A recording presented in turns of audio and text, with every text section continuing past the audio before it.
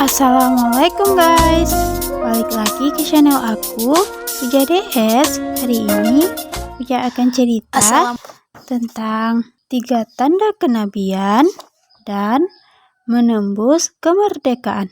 Penasaran sama kisahnya? Tanpa berlama-lama, let's get it.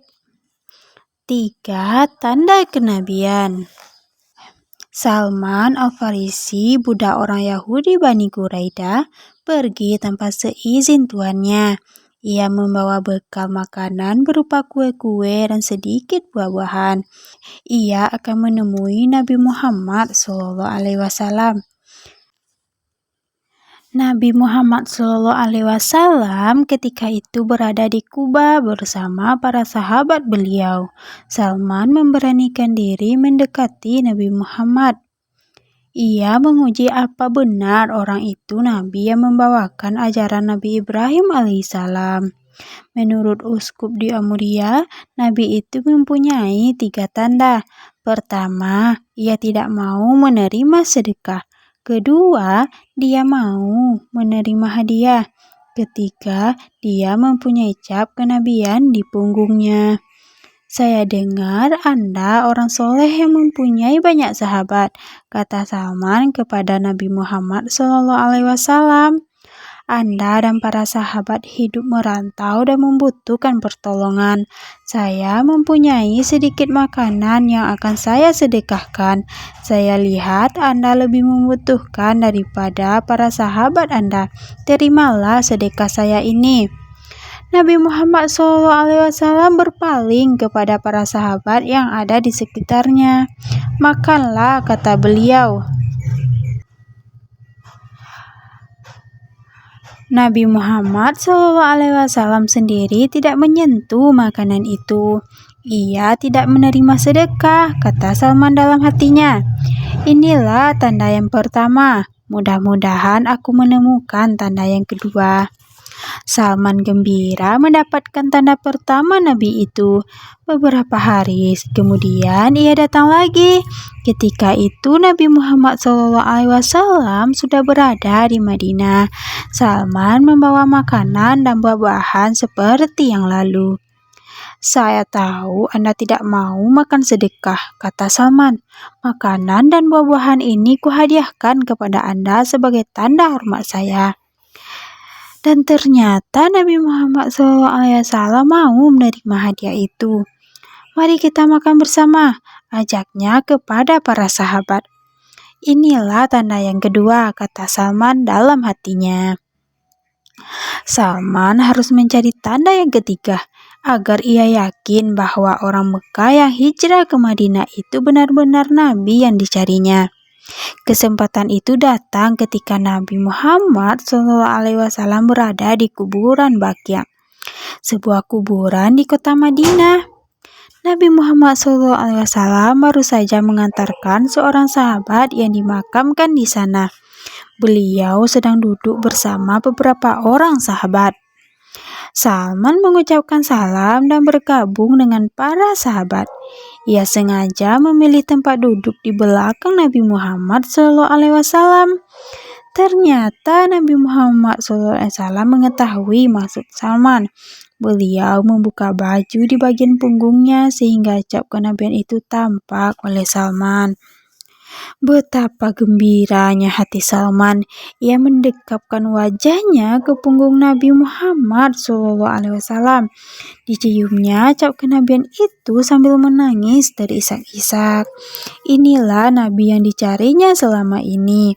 Telah jauh perjalanan yang ditempuhnya, telah banyak penderitaan di dalamnya untuk mencari Nabi dari Mekah itu. Setelah Salman berhenti menangis, Nabi Muhammad SAW menanyainya. Salman menceritakan pengalaman pahitnya sejak ia meninggalkan Persia. Berkelana kemana-mana sampai ke Amuria di Romawi. Dari seorang uskup di Amuria, Salman mendapat keterangan tentang Nabi dari Mekah. Uskup itu hanya memberi tahu 3 tanda kenabian yang sudah disaksikan oleh Salman. Saya akan beriman kepada Anda, kata Salman setelah selesai berbicara. Nabi Muhammad SAW lalu membimbing Salman membaca kalimat syahadat sebagai ikrar agama Islam. Inilah agama yang benar. Salman meyakini itu dengan sepenuh hatinya. Wallahu alam. Cerita pertama selesai. Selanjutnya kita akan lanjut cerita kedua, yaitu menebus kemerdekaan. Salah satu kewajiban umat muslim adalah berjihad di jalan Allah, berjuang membela agama. Salman Al-Farisi sudah menjadi seorang muslim, tetapi ia tidak bisa ikut berjihad bersama kaum muslimin lainnya. Sebab ia masih seorang budak, tuannya tidak mengizinkannya pergi ke mana-mana, apalagi pergi berperang membela agama Islam. Seperti yang dilakukan kaum muslimin lainnya. Oleh karena itu Salman tidak ikut dalam perang Badar dan perang Uhud. Dua perang itu terjadi antara kaum muslimin dan kaum musyrikin. Kaum musyrikin adalah orang-orang musyrik yang menyembah Tuhan selain Allah Subhanahu wa taala. Mereka para penyembah berhala yang memerangi Islam sejak agama itu didakwakan oleh Nabi Muhammad SAW di Mekah. Mulanya kaum muslimin tidak memberi perlawanan sekalipun diperangi dan dimusuhi habis-habisan oleh kaum musyrikin. Hijrahnya kaum muslimin ke Madinah juga karena permusuhan kaum musyrikin sudah sangat keras di Mekah.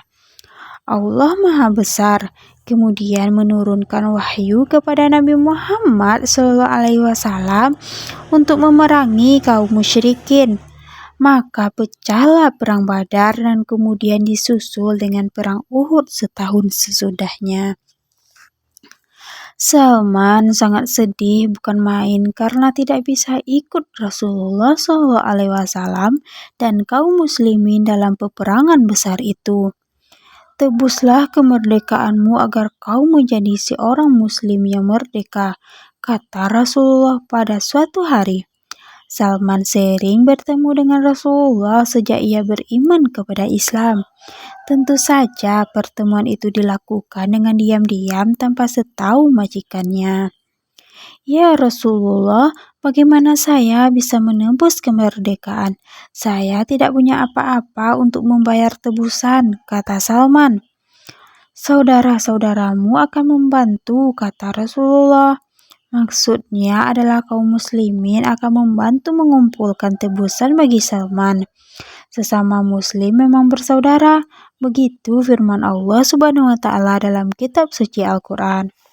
Salman menghadap tuannya dan membicarakan itu.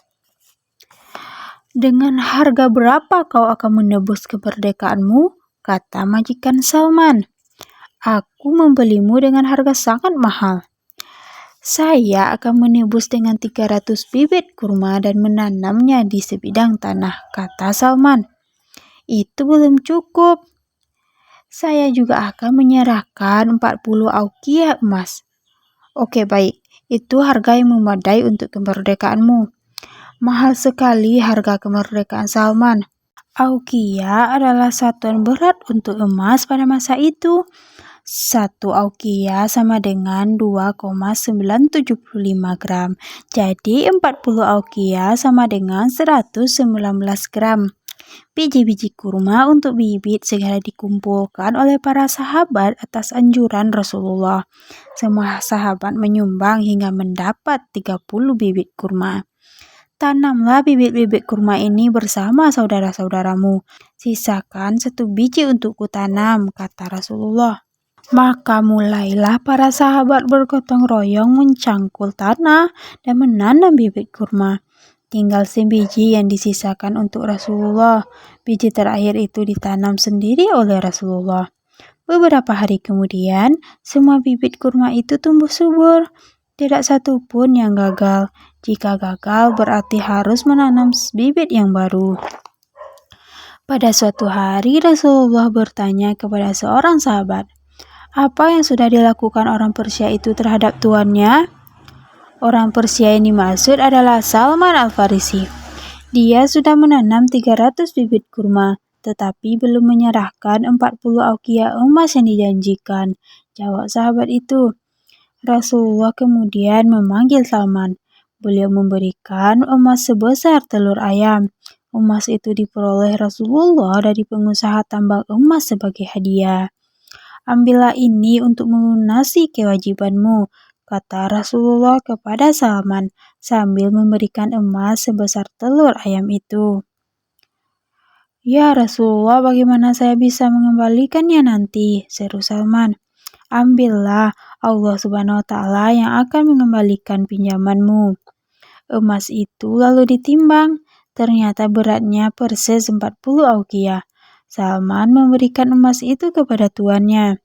Dengan demikian, Salman menjadi budak merdeka.